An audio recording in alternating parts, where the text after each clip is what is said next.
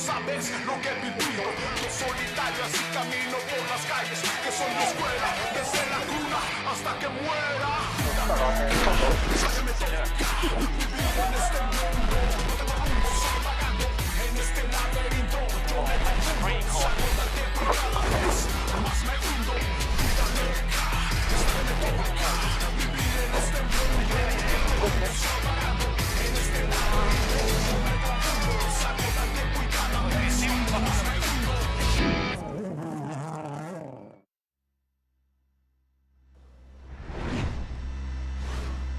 Buenos dias, everyone. Good morning. Welcome to Rally Mexico. We are ready to go with our shakedown stage this morning. Welcome, everyone. Rally Mexico back on the calendar then for the first time since 2020. A welcome return, and it's the first time we see gravel on the championship this year. I'm Bex Williams, ready to talk you through the shakedown stage this morning.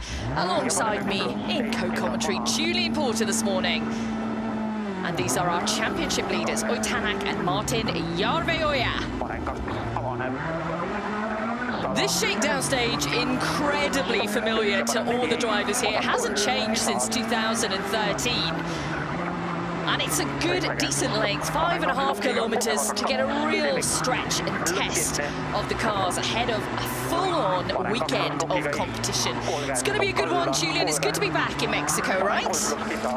Yeah, it is. I think we've all waited for this moment for a little while now, a couple of years.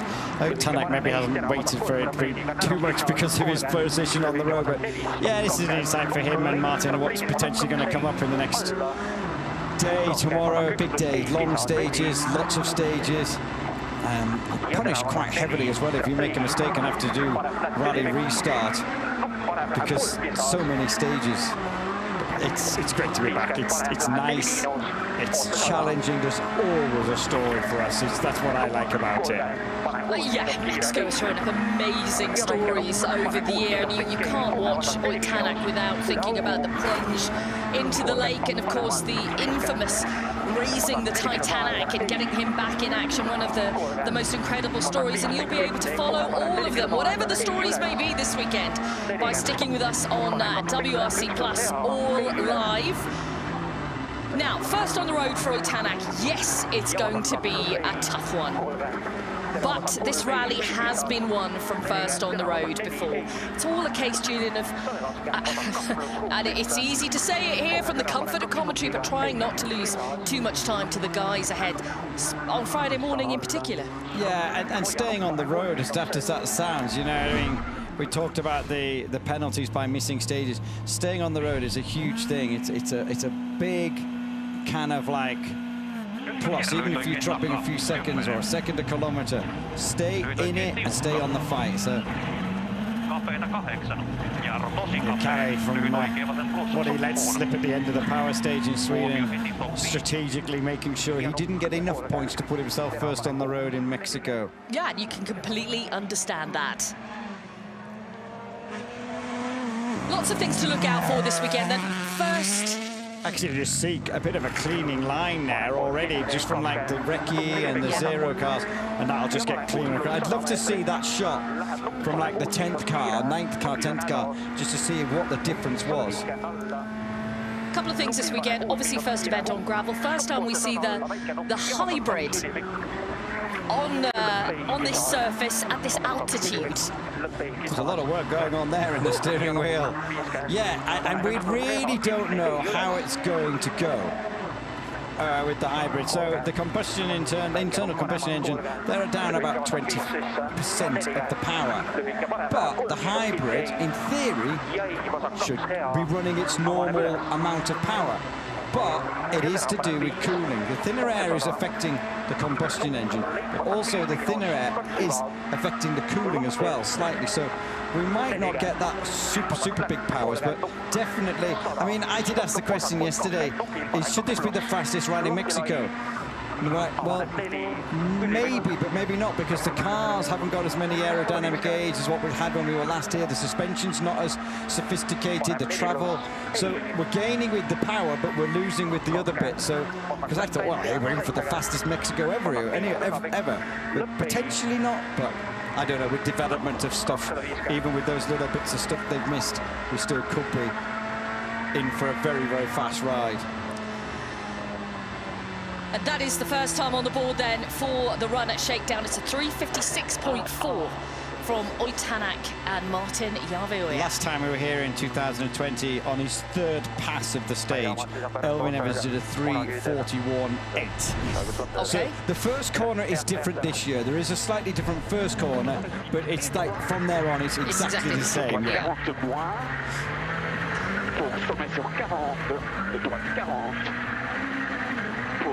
Droite et middle pour sommet très étroit en rouge 500 points court et 3 sur droite. Loiva pidä soppuun 101. Siinä on kahve nyt oikein loiva tuolla. Heti stop 7. Let's take a look at this cleaning line you were talking about.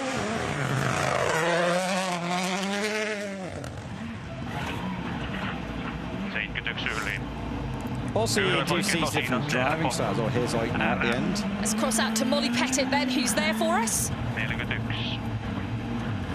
Jarro Hyttonen täys L3. Kierrä kapea oikein K-soppuun. Apologies, we couldn't hear that then. Hopefully we'll get that rectified for the rest. The second water crossing that's got no water and that Calais just gone through. I noticed I went very, very to the left of it, and there seems to be a big hole. Calais are keeping out and going more to the middle of it. You can see Oit's one line there. That is like the Holy Grail. That is like... Follow the lines as much as you possibly can this weekend. That's where the grip is. There's so much this rally throws at the drivers. You know, it's a physical rally. It's also physical for the car as well. There's so many challenges at play here because of the altitude, the way that affects the power into the engine, the heat, which will be intense this weekend. And you always try and go through a corner quicker. You always try and keep the momentum rather than braking heavy and dropping down again. If you can try and just hang on in there to keep the momentum going. But now with that boost, if that's to kick in at a certain point, that could create Elvin just looking as quick as ever. When you look inside, it's just like going to the shops, he looks quick. Yeah, I'm sure. That driving position is seriously fast, isn't it? It was a 3:54.8 then for Robert. Reminder that Tanak was 3:56.4. Thierry Neuville telling me that, you know, huge challenges obviously throughout this weekend. We talked about the long stages. El Chocolate returns, Otates on Sunday, the longest test. But he said El Chocolate has got a lot of loose stones lining the side of the road. He said more than usual, more than he can remember. And he said if they get pulled out and you hit them the wrong way, then it could be disaster. So there's a hole on the inside there that I just kind of skipped across the top of it. But for us, as reporters, the journalists, the media, the fans, this is such a difficult event to kind of like predict and judge.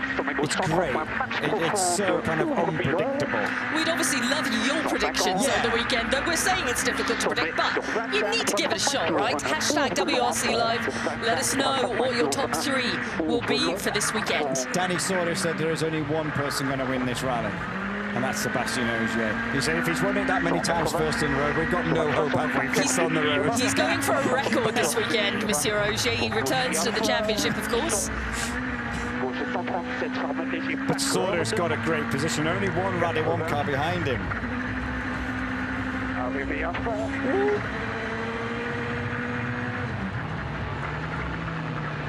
Good time on the board for Thierry Neuville. So 3:54.3 is just getting cleaner. It's anyone's game out there this weekend, and you know we can say that of many rallies. But if the drivers are putting their money on this man, then do we join them? That's the big question. He seems in fine form ahead of the weekend, relaxed, really looking forward to heading out onto these stages. A little bit close to the wall there, though. This is a little shake of the head from Seb. This is where the journey all began for Sebastian Ogier back in 2008. He did just get washed out there, didn't he, into the loose? I mean, he didn't hit anything, but he was very close.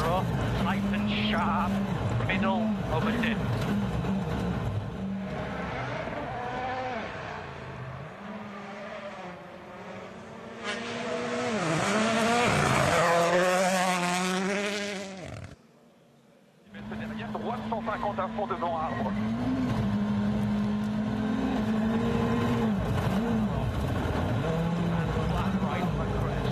Just a reminder of where you can find us this weekend.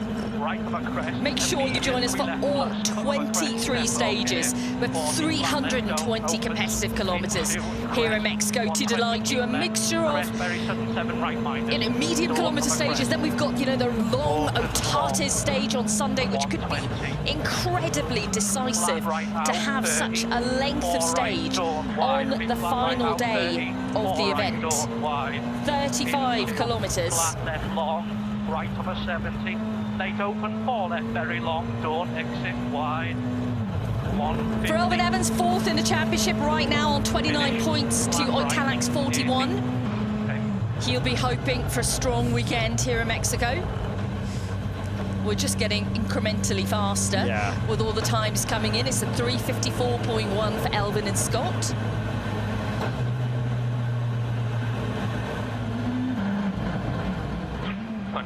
Gauche, droite, 50 mètres frein, gauche 130, bon mi-courbe à corde, 80 mètres, tension gros frein tôt, avant gauche 143, tenir, sur droite 121, sur gauche 80. With the win on the board in Rally Monte Carlo, and despite missing Rally Sweden, he's still 5th overall in the championship standings right now. You'd hoped he would be a couple of places further back, wouldn't it? But now you see the line now with 5 cars in. Look at that line. Tomorrow, Sordo, Katsuta. Well, let's look. Right, Ogier, Lappi, Katsuta, Lube, Sordo. That, in theory, should be a top 5 in reverse order. And they really have to make it pay tomorrow, massively. Gauche 140 à fond, 60 mètres derrière, frein avant, droite 110 plus, pas corde de tenir, sur gauche 100 moins, Milon midi juste. Pour un droite à fond, 120 mètres, tension, léger ciel, 30 mètres derrière, gauche 140 mi-court, mi-corde profond, 140 mi-court, mi-corde profond, 280 mètres. 280 mètres, frein avant ciel face, 40 mètres derrière, droite 100 plus, Milon midi juste, 40 mètres. Just out the line again. That's 2 tiny little mistakes we've seen from Seb, but this is the place to do it right now at Shakedown. 180 mètres, droite 130 plus, raté juste.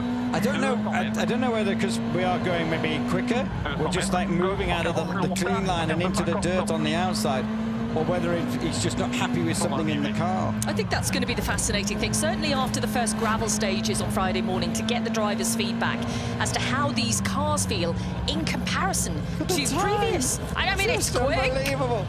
With 2 little moments. Well, one was bigger than the other.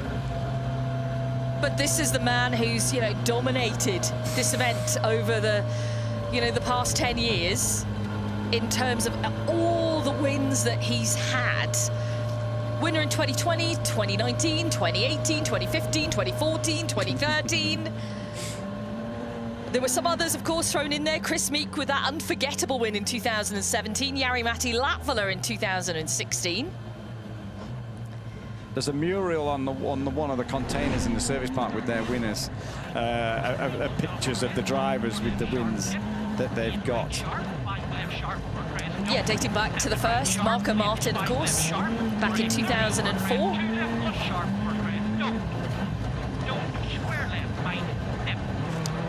Pekka Lappi is into this stage, but we just got a bit of a breakdown between us and him. So Takamoto Katsuta is just behind him on the road. Taka's birthday tomorrow or something. Anyway, it's Taka's birthday this weekend. I'm sure it is. Someone told me that. I think it was Aaron, because Taka bought Aaron a birthday present the other week when it was his birthday.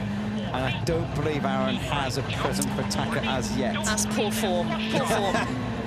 He needs to up his game in the present giving stakes. Don't worry. I did discover this week already that Craig Breen didn't realise it was James Fulton's birthday until the WhatsApp driver group message started congratulating James on his birthday. Yeah, that was last weekend when they were at the ERC event. A lot of rocks being pulled out here. You can see the rocks at the side of the road, and that's one thing, I spoke to a number of drivers last night and asked them, how different is it from 2020? And it was so funny because Oitanak said it's completely the same. Then Neuville said to me, it's very different. So Elvin said, I'll go in the middle and say I'm on the fence with it. It's a little bit changed, it's a little bit the same. But the one thing they all talked about was the rather large rocks at the side of El Chocolate, Otate's test. And the thing is with those rocks lying down, if you've got the turning, if you're turning the car and the steering is open, the wheels are open, you clip on those rocks and just rips the wheel off. Oh, we're already deep into there, aren't we? We're scooping up quite a bit already. It looks very soft, doesn't it, the road? It does. The other thing is, though, is if you drift wide on a corner and you hit anything with the rear wheels, that can damage the rear, so it's a big challenge. Do you know what? It is a huge challenge, but I think that's why we all love it. It's one of my favourite events. Now, I spoke to Pierre-Louis Loubet last night, and it is, of course, his first time here, and he said to me that he was actually surprised. After the recce, he'd been out, you know, done the recce. He said it felt different from what he's seen on TV, from what he's watched. He said what surprised him, more brutal, but what surprised him was, you know, you've got a lot of kind of blind crests here, corners over crests, and how they blend into the landscape. Because when, okay, we have trees at the side of the road here, but some of the stages are out very much in open landscape. And he said it just blends where the actual road is going to, where it's turning over a crest. He said that's, you know, one of the things that stuck out for him.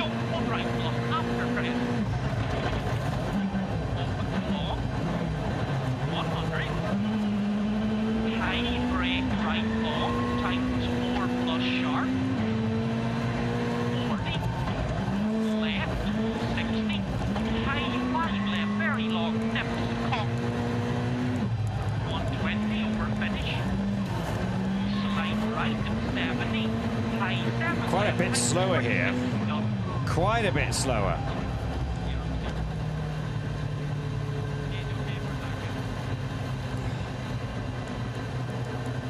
I mean, that's 7th of the 7th.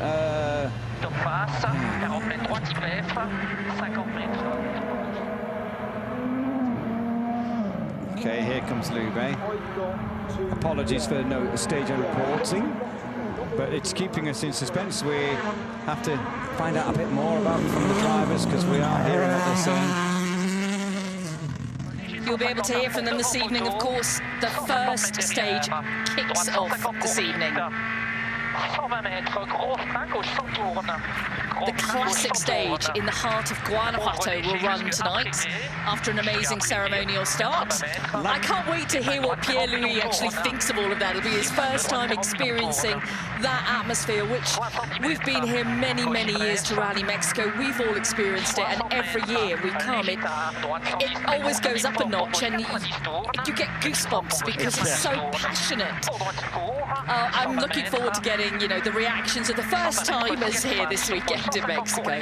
Lappy's second quickest through, but you know, 3.5 down on Ogier and Vincent Londe. That's all I'll say to that. I mean, but everyone else is quite even, aren't they? You've got Lappy, Evans, Neuville, all within tenths of seconds of each other, and Rovanperä, and then Ogier is just a step ahead. Katsuta strangely... But Taka's another one first time here, so let's give him the benefit of the doubt. You don't want to put it in the bushes now, do you?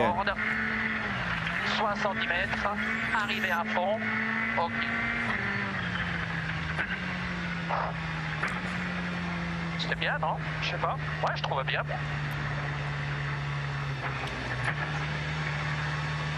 That is very encouraging. 3:53.7.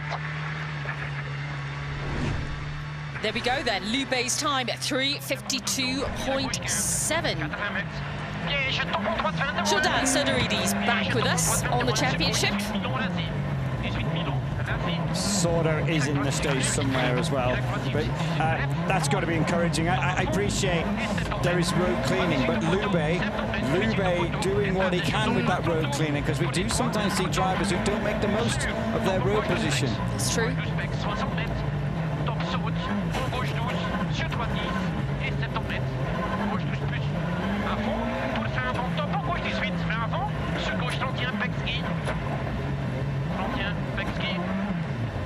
just listening in to Fred McLeod.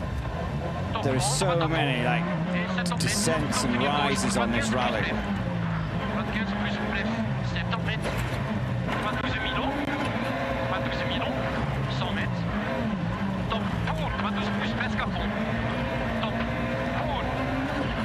See there, you can't even, I know the light's not perfect, you can't even really see a proper clean line there, can you, going up that hill?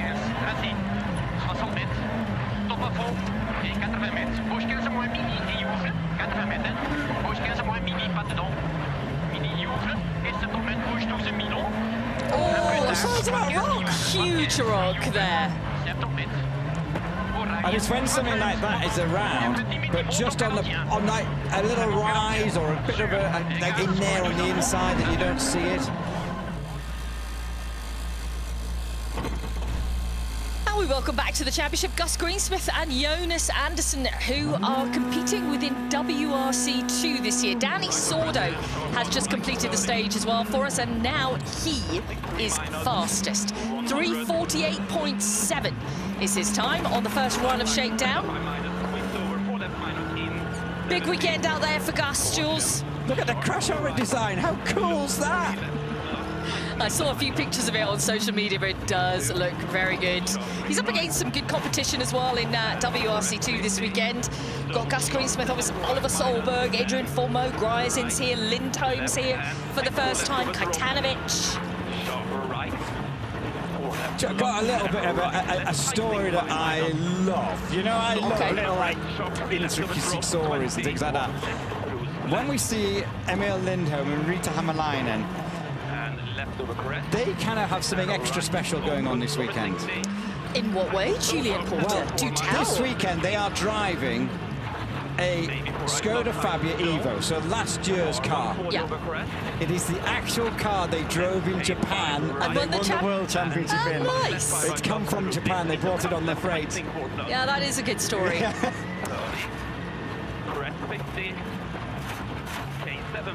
Let's talk about Gus then, because he did what was, for him, it was going to be a little bit of a warm-up event, wasn't it, in Portugal a few weeks ago, the Vira de Minho Rally. However, slightly different conditions there, because they actually had snow. Yeah. So not quite the pre-event test he was hoping for, let's say, for Rally Mexico. No, it'd be interesting to see. We were all speaking to Gus yesterday, and he was just saying, he said the aim is to win rallies. He said, I want to take some trophies home. I haven't taken any home for a while. Yep. He said, I'll take each rally as it comes, try and win that rally. Look at it. I think it's about showing pace. Yes, winning a championship is important, but I think it's about winning rallies. Whether he wins one, has a disaster on the next one, it's about showing that pace. So let's see. But he seems pretty relaxed. Pas trop tôt dans les traces, pas corde et 150 mètres. Oh putain, rouge 15 Milan pendant 7 mètres qui ferme. Milan pendant 7 mètres qui ferme, un peu. Don't know, it seemed to be like a bump, wasn't it? Finish à fond. Ok. Ça va? Oui, ça fait fort au début. 4,24. Seemed to be okay from what we could get there. Oliver Solberg now and Elliot Edmondson. Oliver's been strong whenever we've seen him this year. Strong in Monte Carlo, amazing times there, sensational in Sweden. I thought the maturity in Sweden, because he was first on the road in the WRC2 category and didn't put a wheel wrong. I thought the maturity was great because having to clean that stage for everybody else behind him. That was the big thing for me. The 25 points are important and everything like that, but for me it was the maturity of someone so young in that position. On joint overall points with Johan Rossell right now, Oliver Solberg. But for Gus, this is the first event of the year. And I think Gus, we were all talking to him yesterday, but I think Gus has also got to just, it's a different driving style. He's used to, at times, 500 brake horsepower. He's not got that now. He's just not got to get frustrated, so to speak, and just try and do what he can. Just a couple of things in, well, just one big thing in from Molly at the stage end. So apologies that we're not getting her interviews today, but she said that Oit had commented that the power feels really good compared to the 2017 car. Oh, that's good then. So that's a positive comment at the Shakedown stop control this morning. You can loosen the belt. Gus completes then. You can loosen the belt, nothing more before you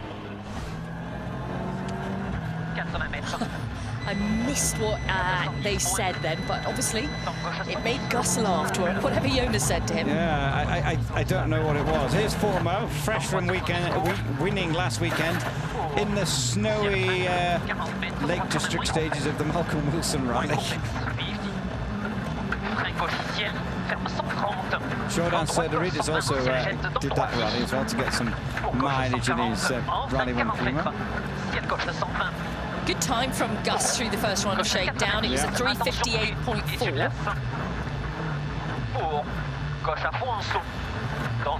Yeah, Adrian was here last year as well for the rally. Oh, very sideways there. Good job he didn't hit anything with the rear end there. As I was saying, he was here last year for the Rally. No, it's fine, mate. For the Rally of Nations, but they didn't do every single stage that they're doing this weekend. Finished second, didn't he? He did finish second overall. So I think it was Friday and Saturday stages that they did. So I said, do you feel you'll have any kind of advantage? He was like, well, he said it's hard to say because, you know, I'm here with people who've done the rally before, so maybe not.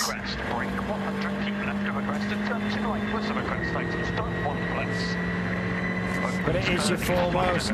Bex, this is the first rally this year, isn't it?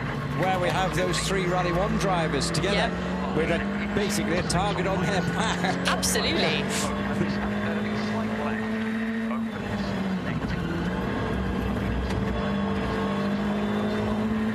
Pettis have enjoyed big success here in the past.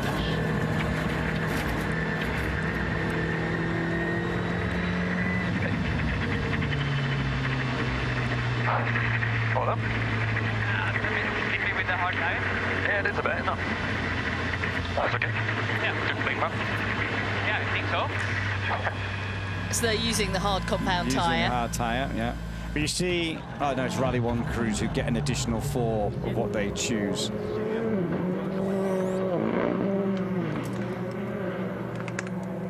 So Oliver's time was a 4:02.2. Gus was a 3:58.4. Let's see what Formo does.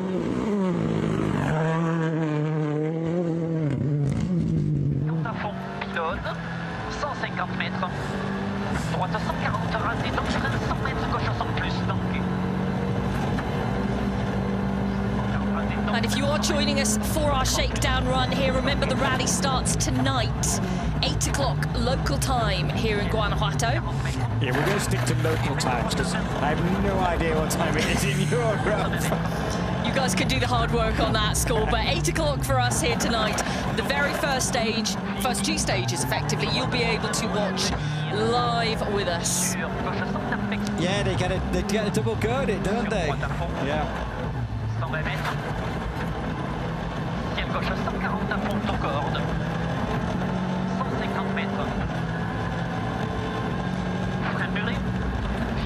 The other thing we're talking about, like altitude, particularly WRC2 cars will really struggle with the altitude because they don't have this hybrid pack. But fitness, driver health, you know, everything just takes that little bit more. I know they're super fit, but everything just takes a little bit more out of you.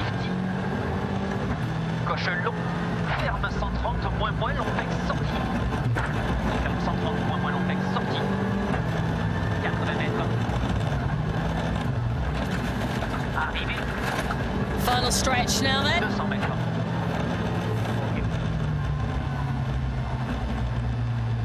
Formo completes for us.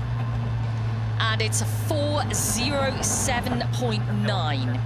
Oliver Solberg was 4:02.2. Gus Greensmith 3:58.4. We switch then to our reigning WRC2 champions, Emil Linto Marita Hämäläinen. So yeah, when you see this car from the outside, it is last year's car.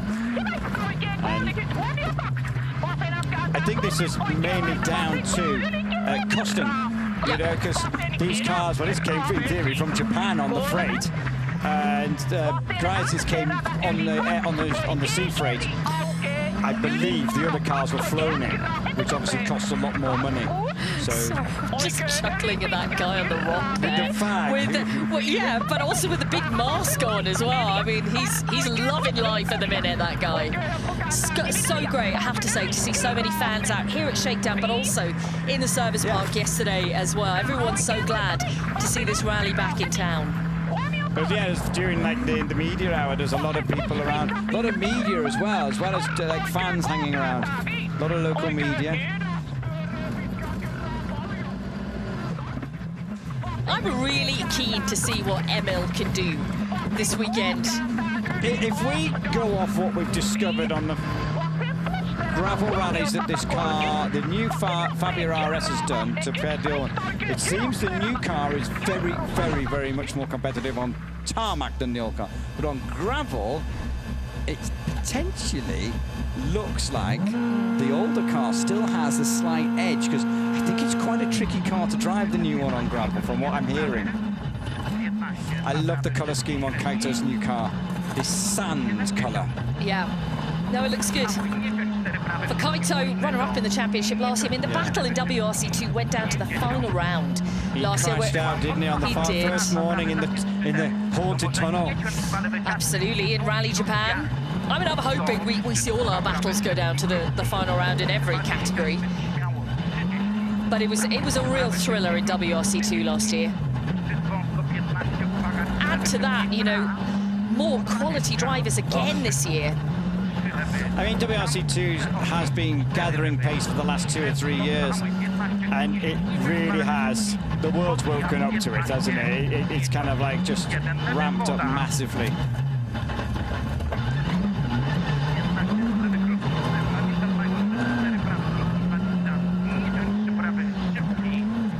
That is going to be an interesting camera angle when it gets very rough out there this weekend.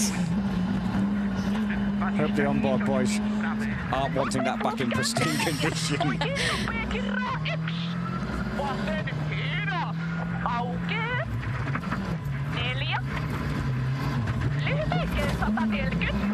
I love this pair.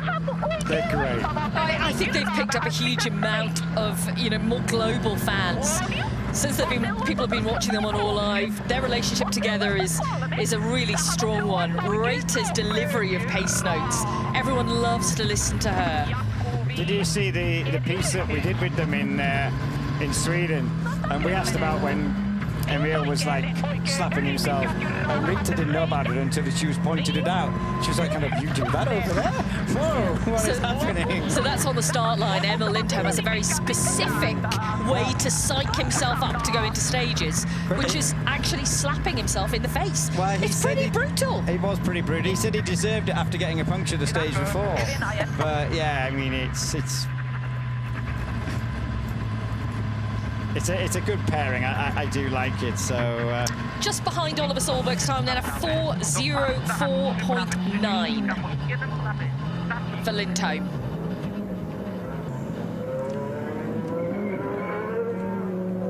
Yeah, I love this colour. Sand apparently is what I was told it was. I don't know whether that's a real colour name.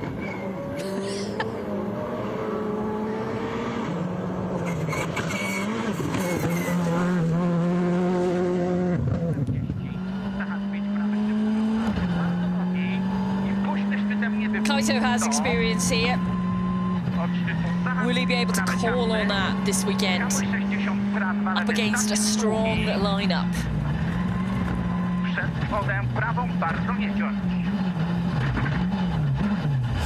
Message in from the onboard camera guys. Yeah, they're a little bit worried about this camera now. Sure, it'll be fine, boys. Sure, it'll be fine.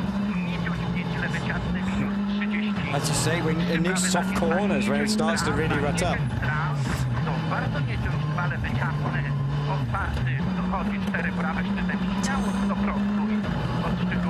It is a fantastic angle, though, to see exactly what is going on with the wheel, the arms, the suspension. Look at a clean line now. Oh. 123 prawy zacisk paciasty, nie ciąć. I otwarty, bardzo długi. Po 120 szukaj. Hamuj, nie ciąć 4 prawy. Przechodzi. 6 lewy, 74 lewy szybki, bardzo długi. Nie ciąć.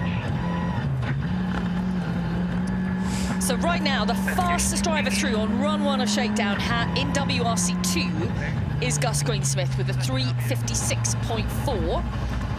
Kaito's just come in with a 4:12.1. Huge weekend lies ahead for all of our competing crews here in Mexico. These are just the shakedown runs. Get themselves familiar, get themselves happy with the way the car is set up, make the changes if they need to, ahead of the rally starting, of course, this evening on a very different surface, cobbled streets and tarmac for our first 2 stages this evening, taking in the infamous Guanajuato tunnels. And there is Kaito heading towards the stop control. And hopefully you'll be able to hear a couple of words from him with Molly Pettit. No, we won't. We won't hear from him. There we go. There's Danny Sordo, Sebastian Ogier and Pierre-Louis Loubet, the top 3 through Shakedown. 3:48.7 was the time to beat. Then Lappy, Evans, Neuville, Rovanpera, Tanak, Gus Greensmith, the fastest of the WRC2 drivers there with Taka 10th overall. And then the rest of our field. What's it going to be like, though, come the end of Sunday? What are these standings going to be? Lots of ifs, lots of questions about what it's going to be like. We'll find out very shortly. But before we do that, we're heading out into the service park to join Kiri. Well, the glorious sunshine beats down as we join Mexico in all of its glory. Well, if you're wondering if Julian Porter has turned into a much taller man, no, Mike Chen is joining us for this weekend. You probably know his face. He's been lurking around the rally world for a while. So, Mike, welcome to Mexico. Yes, Kiri. Look, I thought if there's one rally I was going to come to, fair enough. as soon as the producers rang